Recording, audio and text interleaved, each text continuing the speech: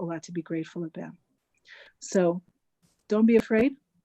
We're looking for opportunities. Our attention is all focused in one place, and the time is ripe for very big changes that are good changes for the world. Could you just elaborate just a little bit on what you think the opportunities are? Some of them, a few of them. Well, I mean, the changes. It's a great thing to recognize personal powerlessness. Personal powerlessness does not mean that we don't have work to do. We have obligations and we have work to do, but it means that we have to accept that we are not the arbiters of our fate. And that's an opening for us to be able to recognize that there is a higher power at work here. And it's good for us. It's beneficial for us. There are a lot of things happening in the world that are highlighting the places in society where there are a lot of inequities and a lot of exploitation.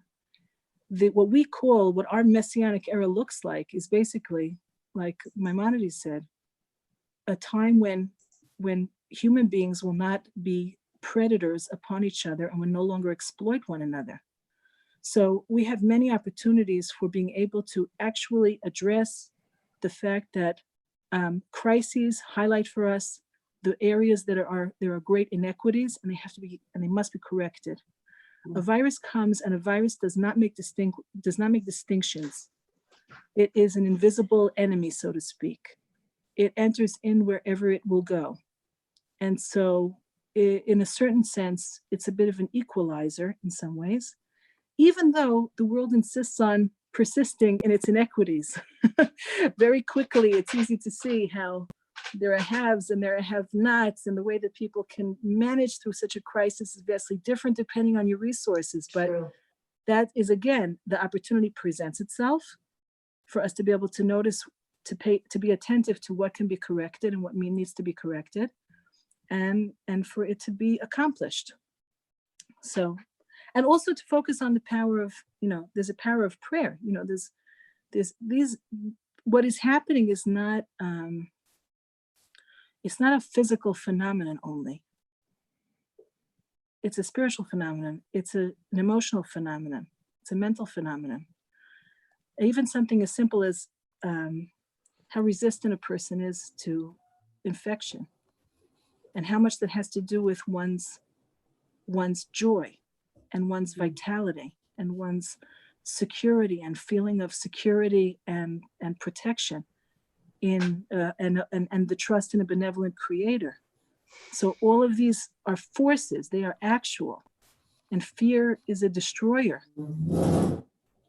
So it's important to realize it's not only about taking care of physical things. We have a lot to do to take care of each other in our internal space. And that's what all of our wonderful teachers are trying to do. And so I'll hand it over to someone else to have a few words, please. Okay. Yeah, I'll just say one line myself also. Thank you. I've been feeling, if I could put one sentence in my own mind, what makes all the difference for me. And I think maybe for most of us, what shifts me in an instant out of fear when I step into that, into just the trust and the joy and the confidence and the wanting to help, purpose, making a difference, is the awareness, that the remembering that this is God, that no matter what it is, whether someone released a virus, whether, whatever it is, that's whether you didn't respond soon enough, whether, enough information wasn't, whatever the case may be, it's all God. And when I remember that it's when I stepped into that place that it's God is doing this for our ultimate good, and we want to work with it to make those shifts, to make all of the shifts that are possible, that puts me right into a state of joy. And even though it's not, to me personally, it's I've had too much up close. I'm not in favor of anybody being sick or suffering, and much less anyone dying ever.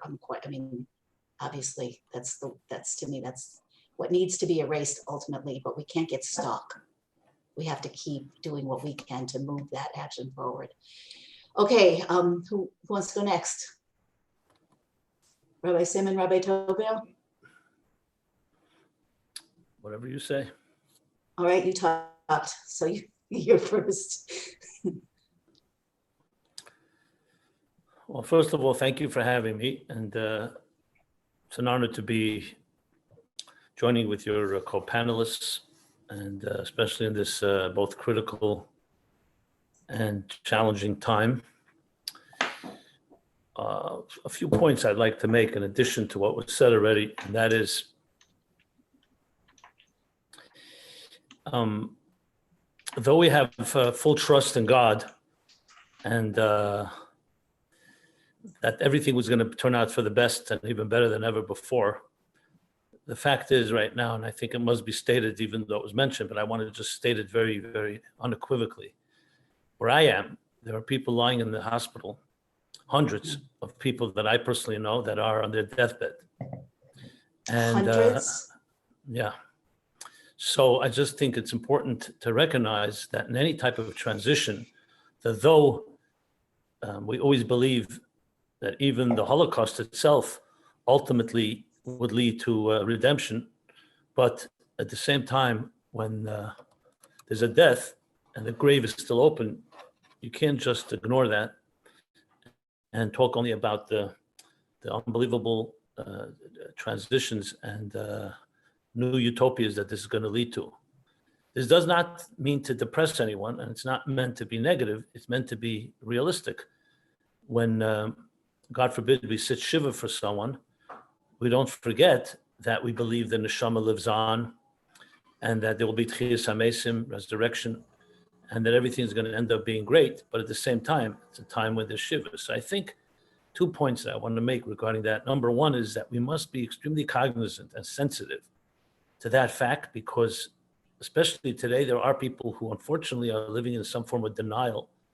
And they're saying, you know, all I need is trust in God, and I just run to shul and go to the mikveh and do everything as regular, and God will protect. When absolutely every Rav and every doctor and authority says absolutely not. So pekuach nefesh, the idea that when there's life in danger, we must do everything to protect life, is not panic. That's what God says. I gave you life. And I just was seeing the Be'er HaGoyla when he explains in the laws at the end of Chesed Mishpat, the laws of protecting and danger and how we have to be sensitive. He says something unbelievable. He says, why is it so important? Why can't someone just put themselves in danger? Because he says it's the greatest defiance of God's purpose given to each one of us in life when we put ourselves in danger. Because God sent us here to transform the world and to fulfill God's will. And if somebody in any way reckless with that, he says these words. He says, the words, there's no greater defiance of apokursis, of denial of God, when a person does that. And that's why danger is worse than a prohibition. They call chamira sakanta misura.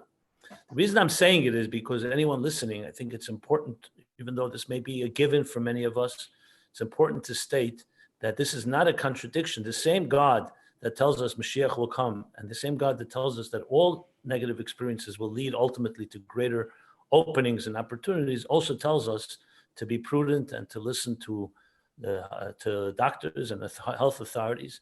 And of course, I also want to begin by saying my heart and our prayers go out to all those that need a complete refuah shlema, and God should protect all the rest of us from having to deal with any of these challenges, and hopefully we get over this very quickly.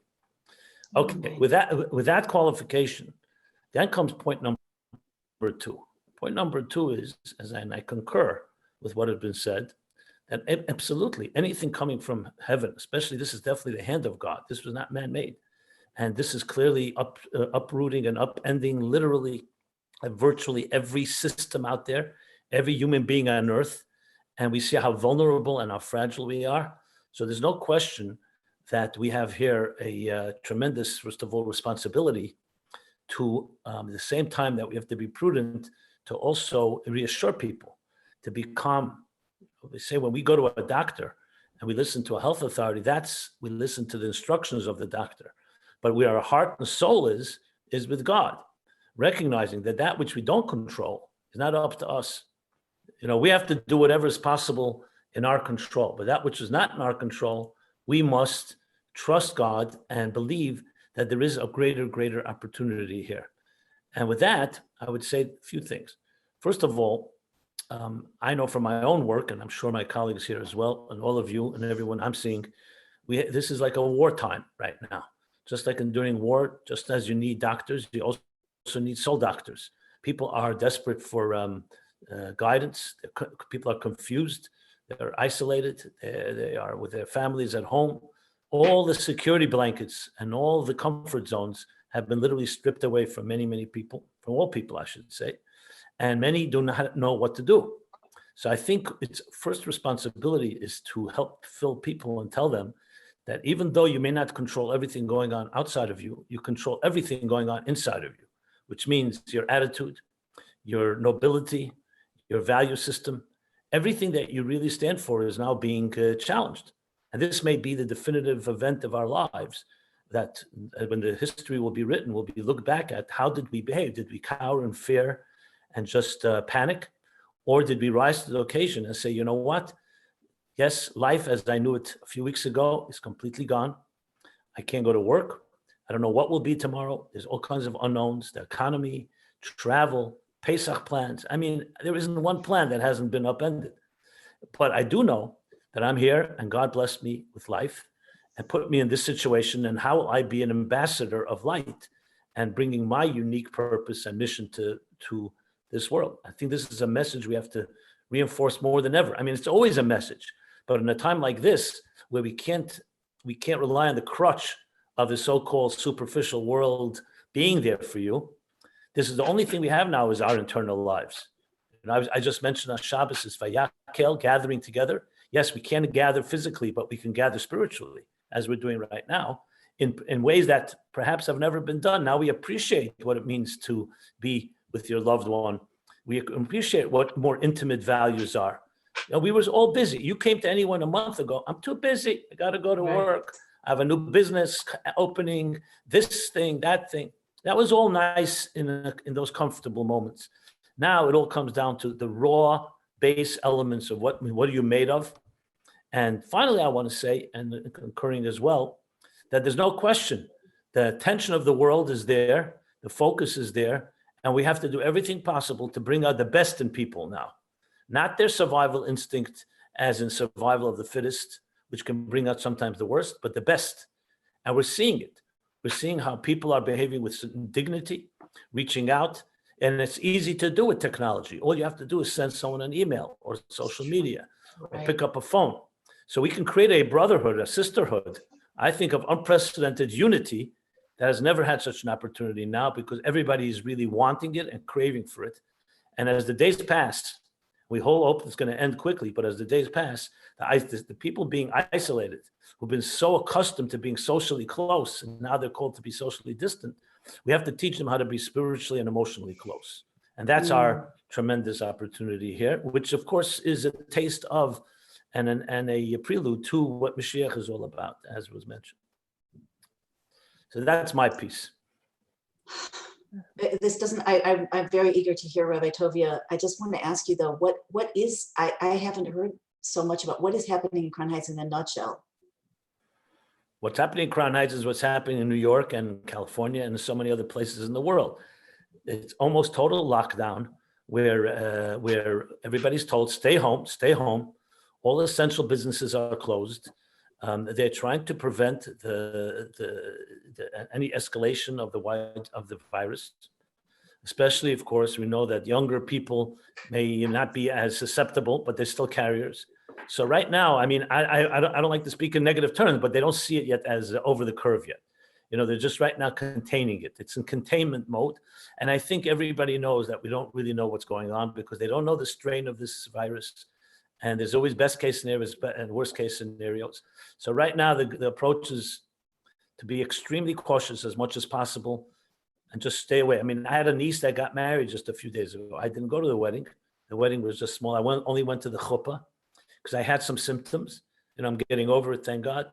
But I didn't want to expose anyone, and I don't want to be exposed. I mean, that's the attitude for all responsible people. And America really is just being hit now, just recently. You know, I know Israel is pretty much in strong lockdown, and but at the same time, I want to say, okay, maybe it's not that strong. Is that good news or bad news? I don't know. Good. But I will say this: that at the same time, I don't see being locked down or in isolation or in quarantine as a negative. You know, we're all going to be reading Pesach, It says, Al teitzu mepesach beisei ad boker. God said to the Jewish people, do not leave your homes till the morning, because there was a plague outside. And that was not they sat in their homes shriveled in fear. They were celebrating Pesach, the first Pesach in history. They were eating the korban Pesach. They were with their families. They were celebrating. Passover for those. So the idea of being with home and family as being a negative is only if you've gotten so used to being a social animal that you can't live outside of a restaurant or a bar.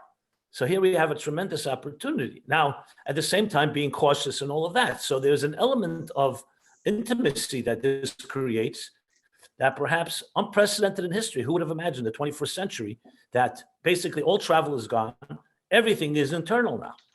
And those of us that have internal lives, I think, have what to rely on. The rest, we need to teach them quickly how to connect to their inner lives, not just their outer lives. Right.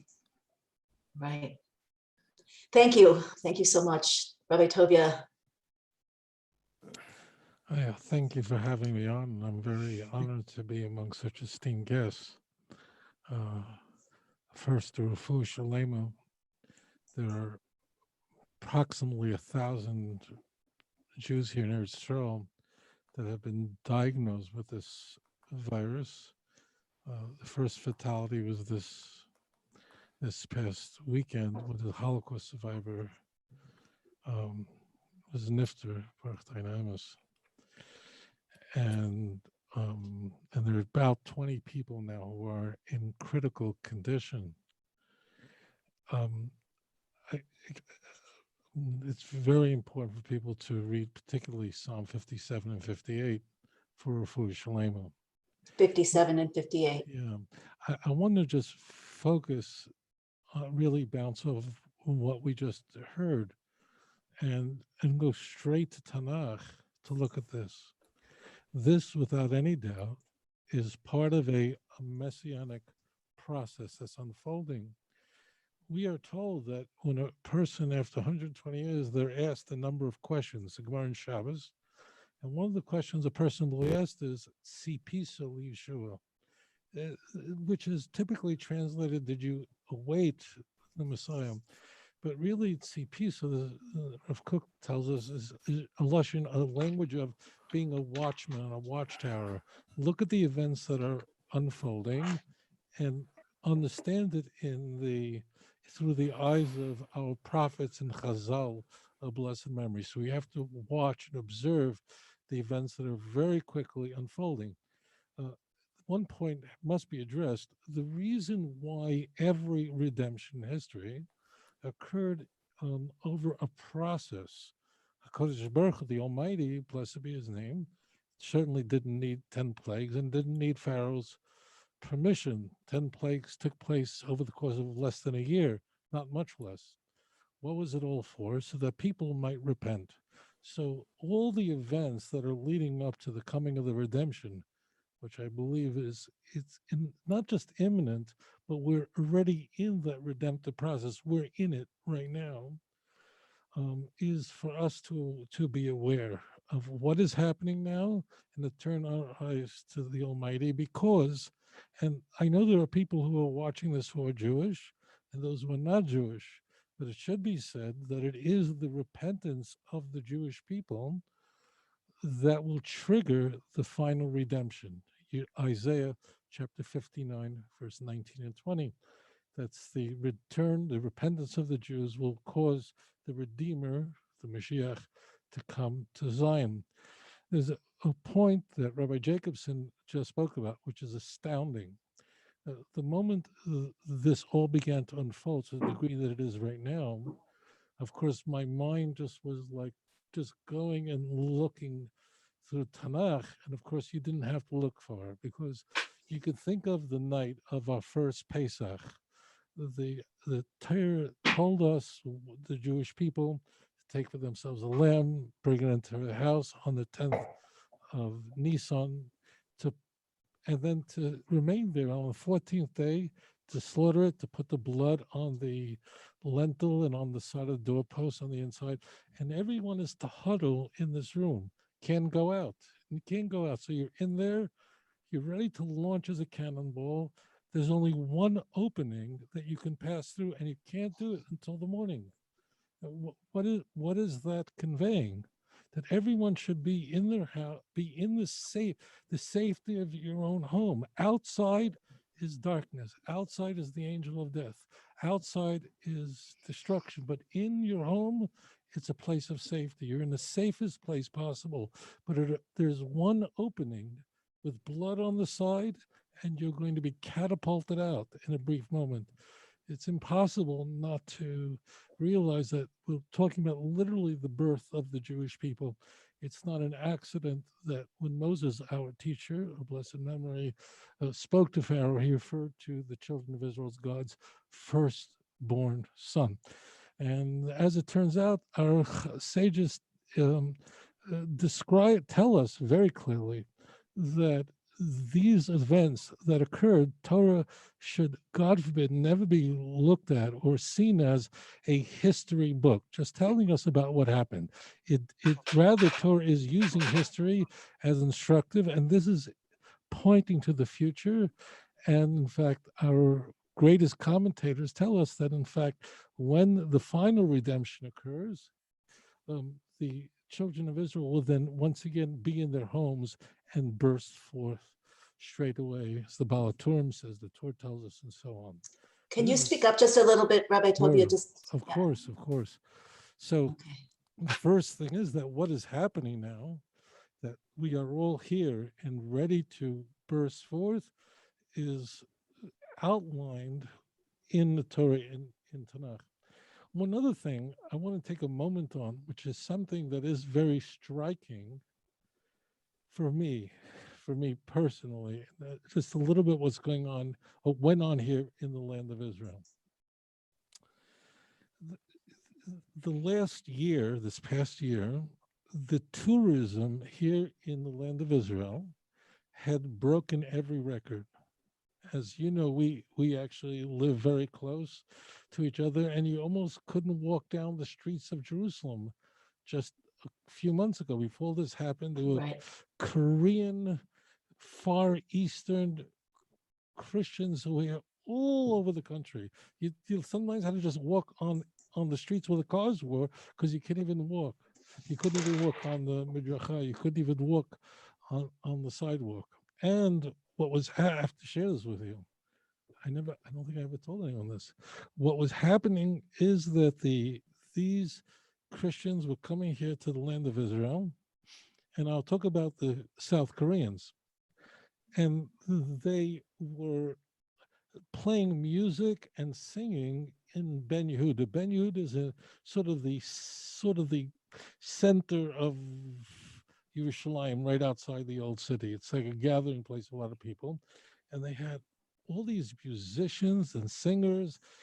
Now, I knew who they were. I knew they were missionaries. And at first, when they would be out there singing songs in Hebrew, and they were very good, they would gather a whole crowd, would come around them. And then once they felt the crowd was large enough, the leader would turn around in English, tell them how they should, chas v'chalila, God forbid, they should worship idols.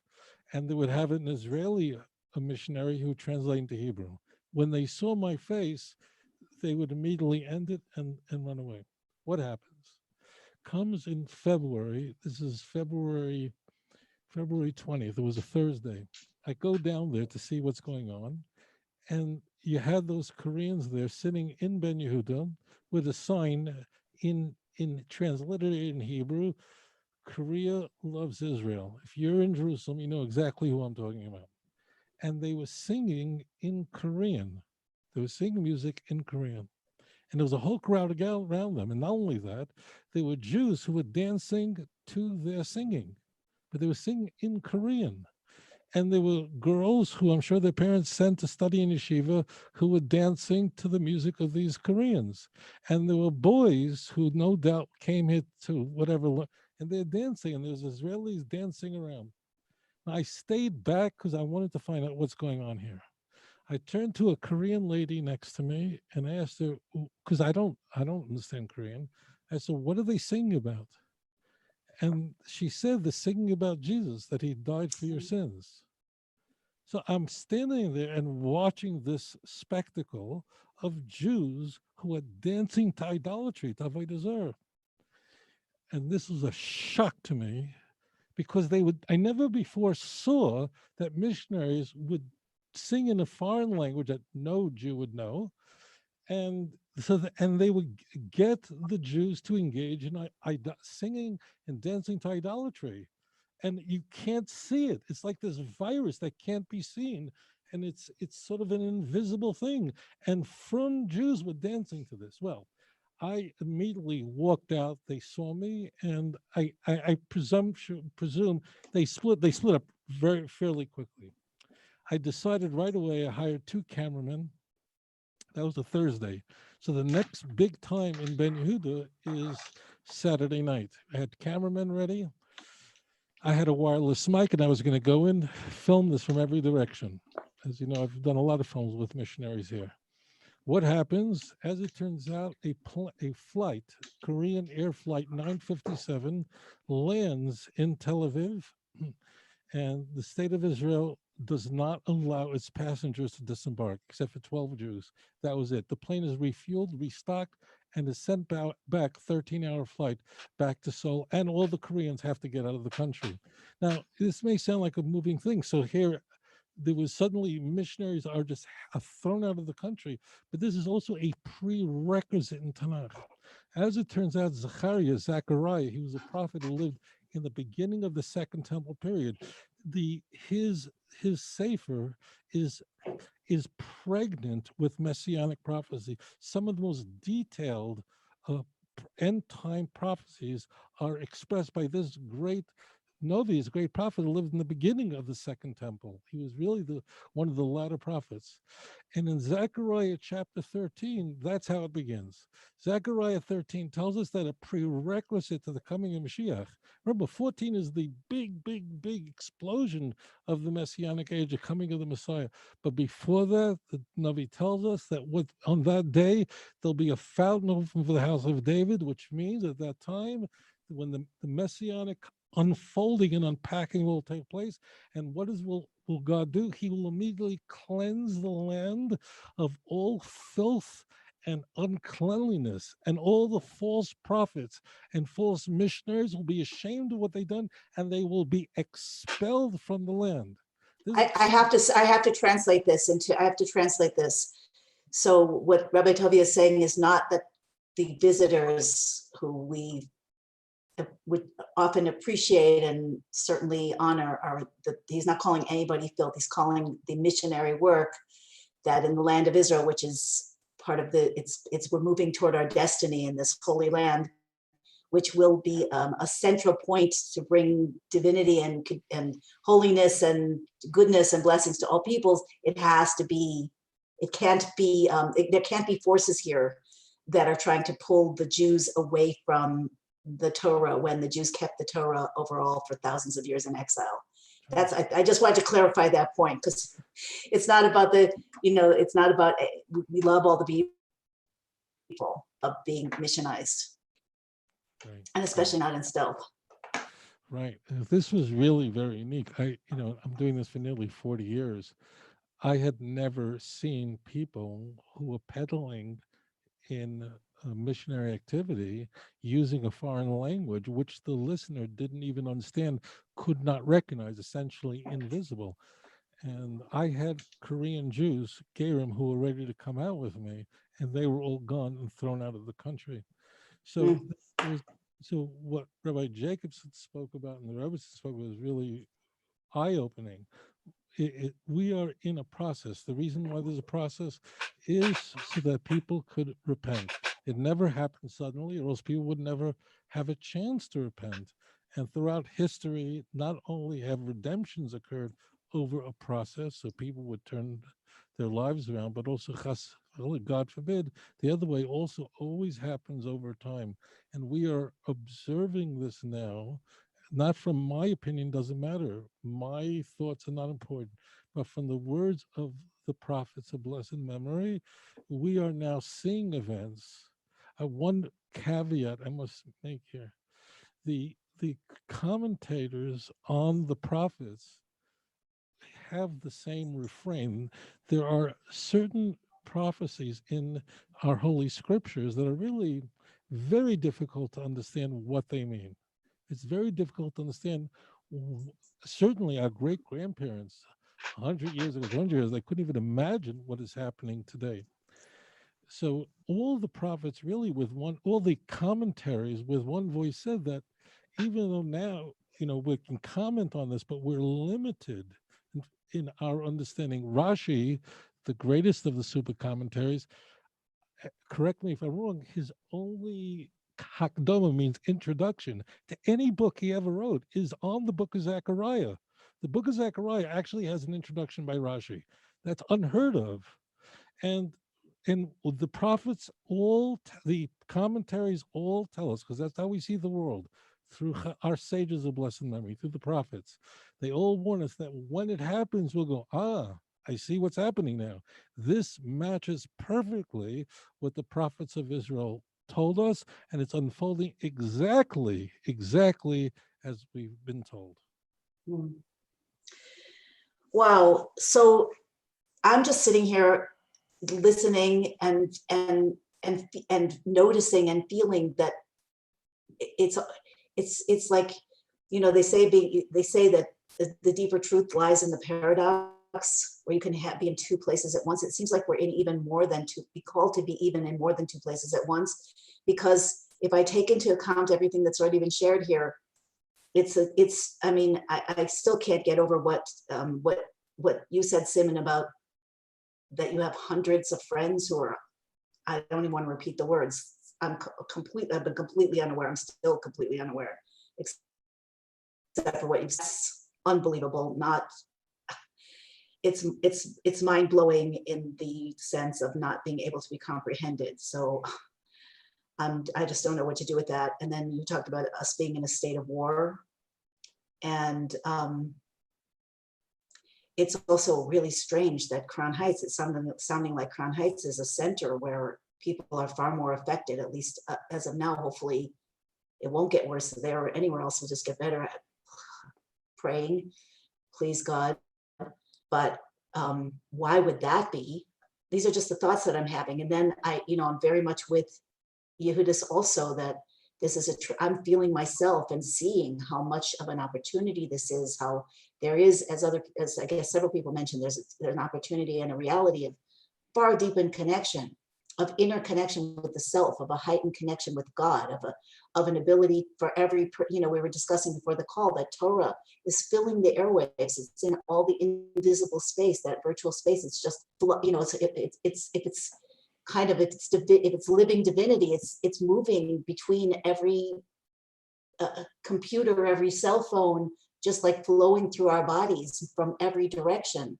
And then, as Rabbi Tovia is saying, there's fulfillment of prophecy in the events literally that are happening now. I mean, there are other opportunities also. And then, I'm barely able to monitor questions so far, but one viewer asks, what is, at least triple the number of people that usually get on live call. And there are reasons for that also.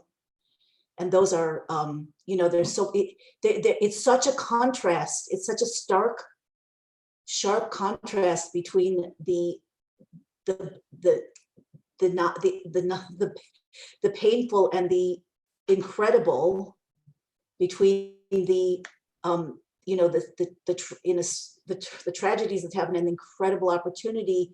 Like, how do we deal with all of that? Like, bringing it more to the personal. And of course, you feel free to share anything you want, from Torah sources or anything that comes to your mind. I'm just throwing this out, and wherever it goes, it goes. But people are asking things like, how do we make that spiritual connection when we're by ourselves? How do we switch that inner spiritual connection?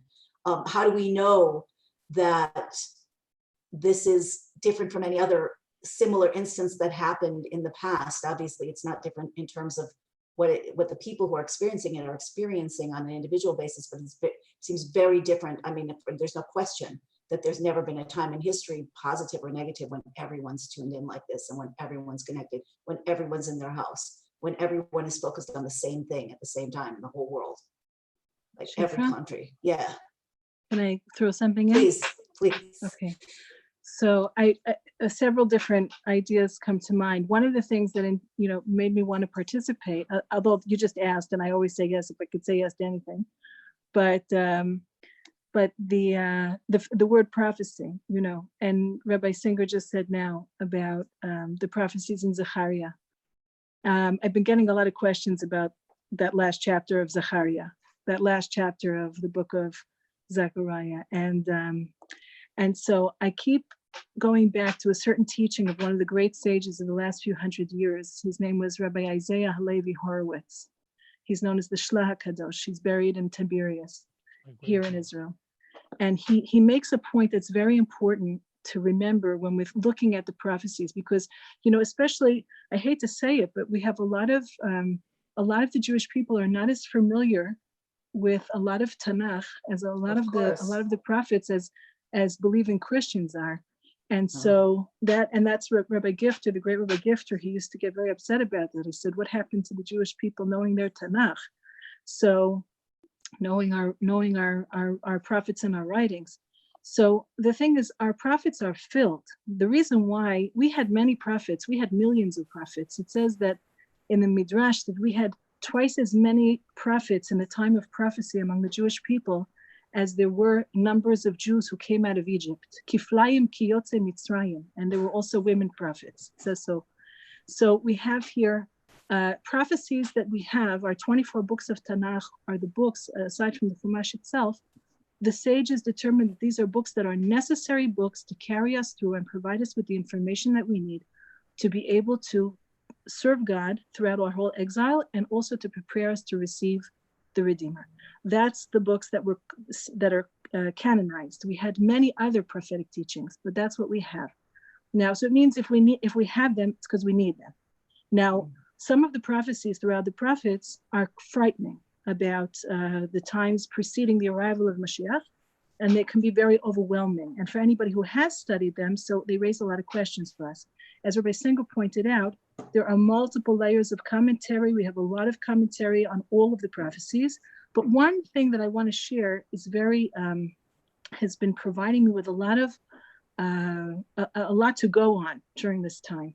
You see, we have prophecies that sound like they're destructive or that they're going to be terribly painful.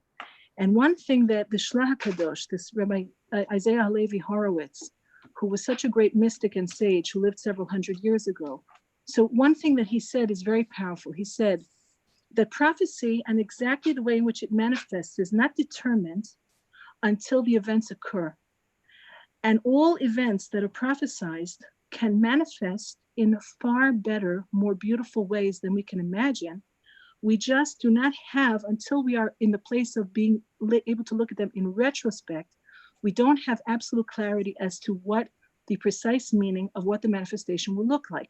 And the example he gives is a prophecy that's in the Torah about, which is an allusion to the number of years that the first temple stood. The word is Vinoshanten.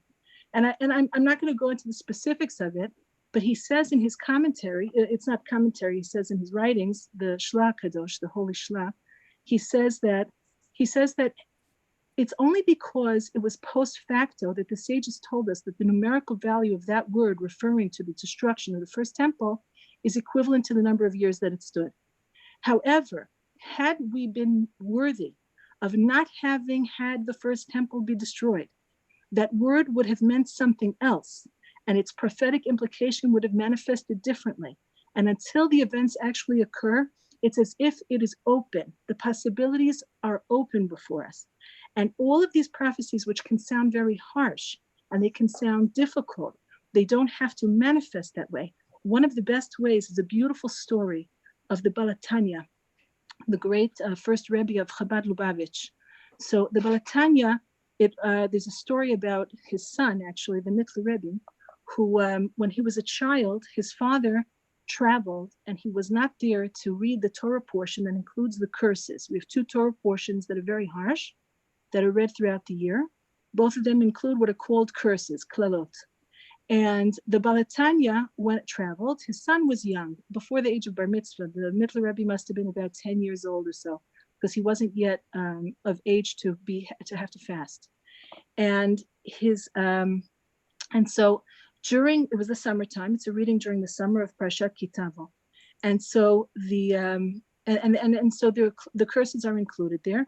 And the Baal HaTanya, Rav Shneur Zalman of Liadi, he traveled, and so he wasn't there to read for the community. And when he didn't read for the community, so his son, when someone else substituted and read that Torah portion, which is full of the curses, he broke down, and the young Mittler Rebbe broke down and had a collapse. And in fact, after his father's return, several weeks later, his father did not want to permit him to fast on Yom Kippurim. He worried about his health. And the Hasidim, the disciples of the Baal HaTanya, asked the Mittler Rebbe, why are you so broken up? You've heard these curses, this Torah portion many times before. Why were you so negatively affected? And he said something powerful. He said, when my father reads, they are not curses. When my father reads, they are not curses. And there's a clue. The clue is in the Baal HaTanya's teachings on another parsha of curses, where he tells us, this is in Puchukotai, where the Baal HaTanya teaches how every single harsh promise can be read as the most beautiful, wonderful blessing of all of the wonderful things that will happen in the unfolding of the redemption. And so whether they will be blessings or whether they will be curses is something that is not the way in which they will manifest, has to do with our capacity for prayer and to have trust in God. And I'm not denying the fact, I hear 100%, I know what's going on in Crown Heights from a distance. I'm paying close attention. Borough Park is also very, very problematic.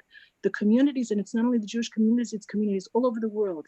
In Italy, what has happened already in China, what's going on in the States. My son is a medic here in Israel. Nothing is simple, not simple at all. Nevertheless, it's specifically about those prophecies of the future, of the unfolding of redemption. Whenever we come across something that we say, oh my goodness, and what's going to be, and what's going to be? And the answer is, it's going to be very, very good. And even if sometimes we know that very good sometimes is not so good, because it says that when God saw all that he created during the 6 days of creation, and he said, Tov me'od, the Torah says very, very, very good, not just good, very good. Very good also means that there's an angel of death. Very good, that also means that there is a Yetzer Hara, it means that there is still the stuff that has to be worked on and has to be worked out.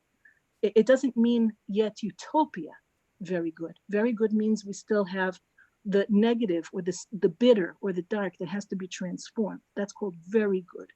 And so whatever is happening is not good. It's very good.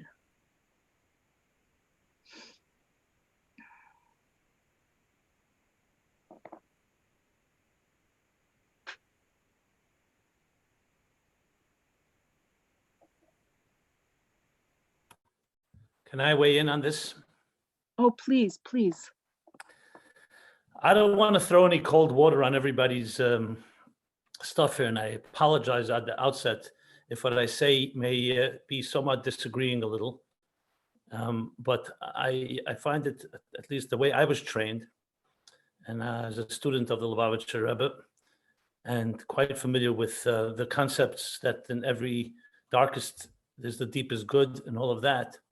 I think it's very unhealthy, in my opinion, to try to start finding signs of prophecy in events that are happening right now. I don't think that's the Jewish approach. I mean, maybe some people feel consoled by it. I find it sensationalistic a bit. I find it to be insensitive. That we have a bigger plan and that God has a bigger plan, we all understand. But you can find in prophecies anything you like. As the Rebbe just said, you can interpret it in the positive, you can interpret it in the negative.